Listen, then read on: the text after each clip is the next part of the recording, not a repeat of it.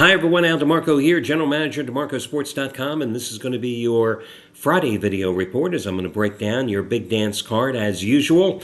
Well, Thursday, the Dogs certainly had their day in round one of the Sweet 16. The Puppies going 3-1 straight up and against the spread, but the only favorite that covered, the only favorite that had success, well, that was the only one that mattered as far as I'm concerned, because that was my top-rated 15-time best bet. Connecticut, minus the 11.5, hammering San Diego State by 30. And that means today I go not only for my fifth straight big dance winner, but also winner number 8 out of 9 overall in all sports combined. And it's another top-rated 15-time best bet. Marquette-N.C State. It goes at 7:10 Eastern Time. If you'd like it, just like yesterday's winner on Connecticut, it's available for half price using coupon code HALF, H-A-L-F, over at DeMarcoSports.com. By the way, yesterday, not only did I cash with Connecticut, but if you recall, on Wednesday, as part of a 2-for-1 special, when I also gave you the Houston Rockets, which was NBA winner number 25 out of 36 over the past 18 weeks, outright as a 4.5-point road dog in overtime at Oklahoma City, I also gave you an early release in baseball on opening day, and that was a winner too yesterday. The Dodgers on the run line, minus $1.20, an easy 7-1 rout of the St. Louis Cardinals. So again, I couldn't ask for more, other than perhaps being a little greedy here on the video report with the complimentary plays. Took it on the chin, 1 and 2 yesterday. My top complimentary play was North Carolina. Tar Heels just couldn't hit the broadside of the barn early in the second half. R.J. Davis just had a horrible time to have his most horrific performance of the entire season. 0 for 9 from three-point land, and North Carolina lost the game as opposed to Alabama winning it, I believe, and lost that play. I was right on the money with my analysis on Illinois once again in this tournament, as I've cashed in each one of their games, getting the job done against Iowa State. And listen, the Arizona-Clemson game, I told you, I was really, iffy on that one. Arizona, a fine collection of talent, and once again, could not get it going where it mattered most. And Clemson, a team that I'm still not impressed with, won yet again, knocking off Arizona after knocking off Baylor. So props to the Tigers, right? So that means 30, 15, and 1 with my last 46 complimentary plays. 30, 15, and 1. Over the past 5 weeks, and let's get going to this Friday card. And I'll tell you, it's a tough damn card, very tough card. And as I look at this, obviously I told you my best bet is going to be the game between Marquette and NC State. Trying to tell you which game I like best, well, let's break them down first, and then I'll tell you, because none of them are easy. Let's start with the game between Creighton and Tennessee. Interesting line move here, because when I handicapped the game at like 5 o'clock this morning, Creighton was 2.5 underdog. Now you can get Creighton at 3.5. Well, I like the Blue Jays at 2.5. I'm going to like them here at 3.5. When I gave you Creighton against Oregon last weekend, I said that the key with the Blue Jays, if they're hitting their shots, they can win any game. Well, it's not oversimplified analysis, because you can really say that with any team. But with Creighton, it's so damn important when you consider this is a team that takes nearly 50% of its shots from three-point land.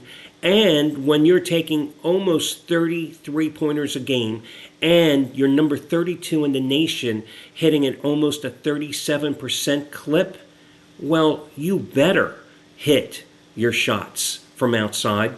By the way, and they're a damn good inside shooting team too.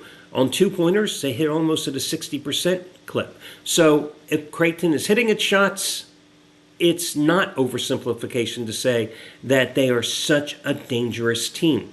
Now, you saw in the game against Oregon, in really, other than perhaps in the final 2 minutes of regulation, they really struggled to get it going offensively. Even in the first overtime session, it was iffy. And then you saw how lights out they were in that final overtime period. That's how good they can be at times.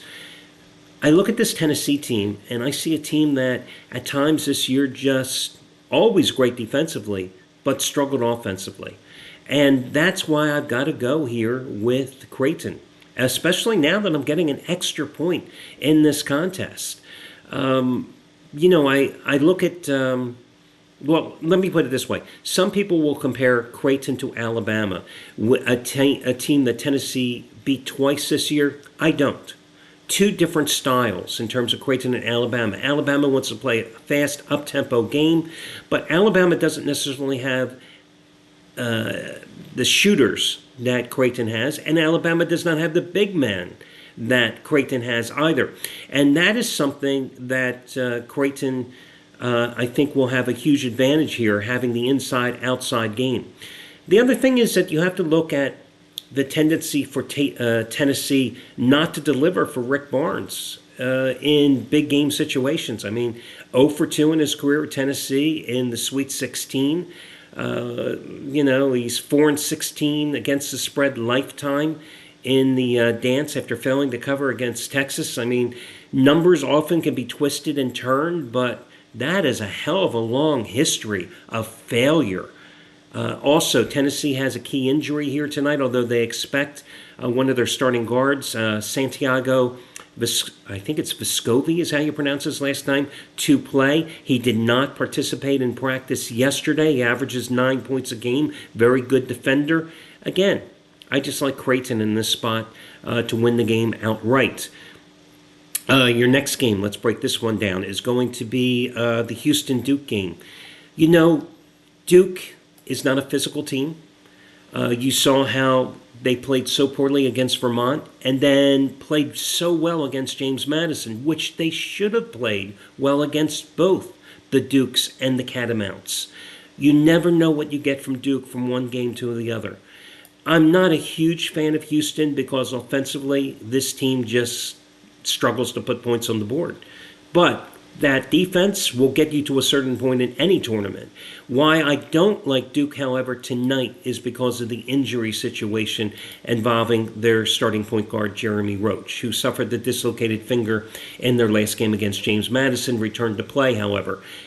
If Roach is not healthy, this Duke offense has some serious problems. And that's why I lean a little toward Houston here tonight, minus the points. That brings us to Purdue and Gonzaga. When these two met in the Maui Invitational early in the season, Gonzaga was still putting the pieces together because they brought in a few new players. The roster really hadn't gelled yet. Now you have a Gonzaga team that, other than the loss to St. Mary's in the championship game of the West Coast Conference tournament in Las Vegas, has really been playing outstanding ball over the past, let's say, 6 weeks or so, maybe almost 8 weeks. You have a Purdue team that was up and down over the final 4 weeks of the regular season, but has seemingly looked outstanding here in the first 2 rounds of the tournament. You have a fair price game at 5.5. Just updating the number here as I'm looking. Yeah, 5.5. You can get Purdue. I think that this is the year perhaps that Purdue finally breaks through, but as I've said many times, I'm not a fan of Matt Painter, the Purdue head coach. I'm not a fan of Purdue's style of play, but I'm willing to give a shot with Purdue minus the 5.5 in this contest. Now, of the 3 plays, I think that Creighton is number 1, and that would be the official complimentary play tonight. And the other 2 games, as I said, just an opinion. Lean a little toward Houston and lean a little toward Purdue, with Houston getting a slight edge. If you put my back in a corner and made me bet one of the games, I'd lean toward the Cougars over the Boilermakers. But again, Creighton would be the official complimentary play. Hey, that'll do it, guys. I wish you well, and we'll do this all again tomorrow, where we have, oh my God, a couple of really good matchups, especially that Connecticut-Illinois game, which I'll be thinking about all night, trying to figure out which one is going to win that one. Good luck, everybody. Talk to you again on Saturday.